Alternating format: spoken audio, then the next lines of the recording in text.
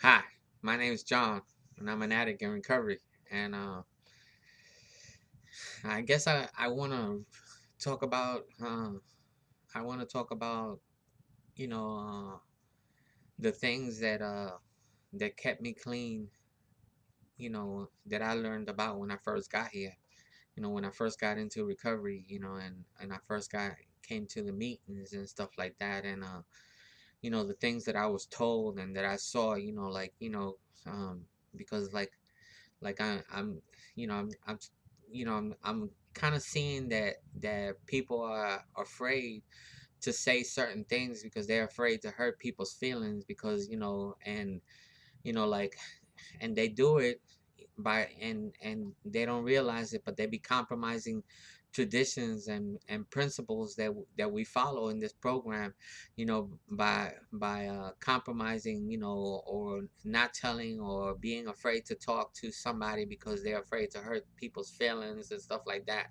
And like, when I first came around, like, they people, there was a lot of things that hurt my feelings, like, telling me that I had to make 90 meetings in 90 days, and telling me to sit down and listen, and they're telling me to sit up front, and all these things that they used to tell me when I first got here, and I found sometimes, like, like telling me that like what I needed to follow, and but you know what, like all those things, even though I was told all those things, those are the things that keep me clean and alive today. And you know the only time that there's controversy, or even, it's when we don't follow these traditions, when we don't follow the principles, like when we're involved in the group, that if we follow the traditions, of the 12 traditions, then we will find some type of unity and work together, and do things, that have, that carry out those traditions, and most of the time, when we do that, when we follow those traditions, we're like on the same page, you know what I'm saying? But when we like stray away from those traditions, we're not on the same page anymore. We find ourselves, looking for different ideas, or trying to come up with another idea of how to do something, or saying that, that somebody's not, like judging, and being judgmental, instead of turning around and saying, well, was he following the traditions, was he following the principles, what was he following principles, was he following traditions, did he do anything outside of those traditions? Because if he didn't do anything outside of the tradition, then then whatever he did, was called for, like that's what he was, that person was supposed to do. And I find a lot of times that, that sometimes I don't like somebody's approach, but you know what, when I see why, they did that, like, like, hey, we're not a religious program, we're a spiritual program. And being that we're not a religious program, there's really, no right way or wrong way to do anything. Like, sometimes it's just the way that we get it done, because like we're a bunch of addicts, trying to recover, and a lot of us, come from different places, and we come from like rural, like rough backgrounds, and you know um places that, that we weren't taught, how to do things, and that doesn't disqualify us from doing service. It shouldn't disqualify us from being able to chair a meeting. It shouldn't disqualify us from having a commitment. It shouldn't disqualify us just because we're rough around the edges, and so a lot of times we have to tolerate that. We have to tolerate, and I'm not trying to make excuses for myself. I'm just trying to tell you that these are the things that we have to tolerate from each other. And one of the things that I learned about service is that, like, a lot of times, like a lot of people don't want to do service because they think that that is a choice. But you know what? Service is what teaches us to be more tolerant, to be more patient, to be more kind, to like inside while you're doing service. Because if you don't learn this in here, believe me, when you get out there in the real world and you're talking, at work or in business or wherever you have to turn around and apply some of the same principles that you do in service. The training, that's your training ground. Doing service, that's where you learn to be, to be part. That's where you learn to practice the principles with other people. That's where you learn, to practice, those principles that you have a hard time with, that you have difficult time with. Like, and you when you don't allow yourself to learn that, like like with people that are loving and caring, and that, what, even though you might drop the ball, they might turn around and say, oh, it's all right, I understand. And then, and allow you to continue to practice, to try to get it better the next time. Because that's what it's about. It's about, being able to, to uphold the principles, uphold those principles in your life, and uphold, the traditions, and that's how we keep the fellowship alive. That's how we keep ourselves alive. Because if the fellowship wasn't there, and if we didn't have the group, we wouldn't have somewhere where we can learn from each other. So there's a lot more to this whole deal. And like, we shouldn't be afraid to tell the newcomer, that personal recovery depends on unity. That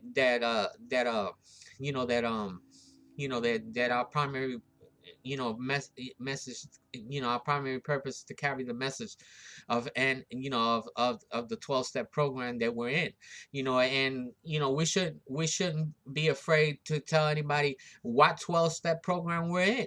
Like, I mean, if you like, and if you're confused, like, if you're sitting in a meeting and you're confused, and you like mentioning something that belongs to another program, don't be surprised if somebody says something, because, like, there's a lot of people in the program that believe in, hey, this is where we're at. This is, like, a lot of times you should like, look look at the door when you're walking in and see what the sign on the door says. It's just like, when you go to somebody's house, like, when you walk into their house, that's their house. So, like, when you enter into somebody's house, you need to pay attention to whose house you're at. And that'll help you to, like, remember that, which house you're in, which fellowship you're in, which, 12-step program you're in. So, I just feel a little strongly about this, and I see people, sometimes, being afraid. It's, like they say that they got to walk around eggshells around, people that have some time. No, it's not that you got to walk around eggshells with people that have some time. Is that we, you're expecting people with time in this program who have learned, what the purpose and the true purpose of this program is, and the unity that goes behind it, and upholding traditions, to walk around like, like we're on eggshells, because we have to be afraid that we're gonna hurt the newcomer. We're gonna give them an excuse to use. And I always hear it's always the same argument. Like, we can't give the newcomer an excuse to use. Well, you know what? Like, sometimes people come in here, looking for excuses to continue to use. We don't have to turn around and provide them. It doesn't have anything to do with us. I mean, you forget that, like, a lot of times people come in here, they have the disease of addiction, and they depending on where they're at, are they willing to get help, or are they willing, to stop? That Then, they will make a decision whether they want to stay here or not. And if they're not ready to stop, believe me, like, us being nice and not telling them about the program, and not telling them about certain things because we're afraid of their reaction, it's not going to stop them from going out and using. You know, hell, I got people today that like I shared everything, like I shared, steps with them and stuff like that, and they still went out and used. You know what I'm saying? And I didn't give them an excuse to use. You know what I'm saying? So I don't get it. Like I don't get it. So my thing is like, we're loving and kind, and and it's the group's conscience, and but we shouldn't compromise our traditions, and it tells us that that we shouldn't compromise them at all. And it's only through application and understanding that they work.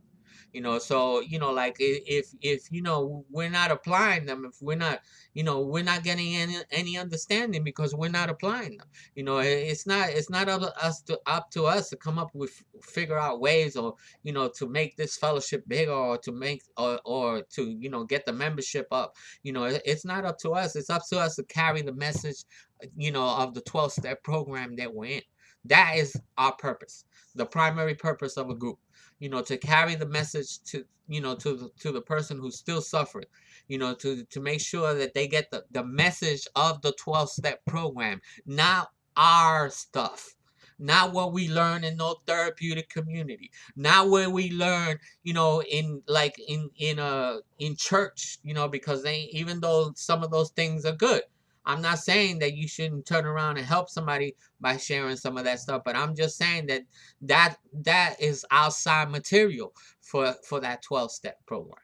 So like I don't know if I made any sense, but like I guess I'm gonna call this video upholding our principles and our traditions. And thank you. If nobody told you they love you today, I love you, and I hope y'all understand. Thanks for letting me share.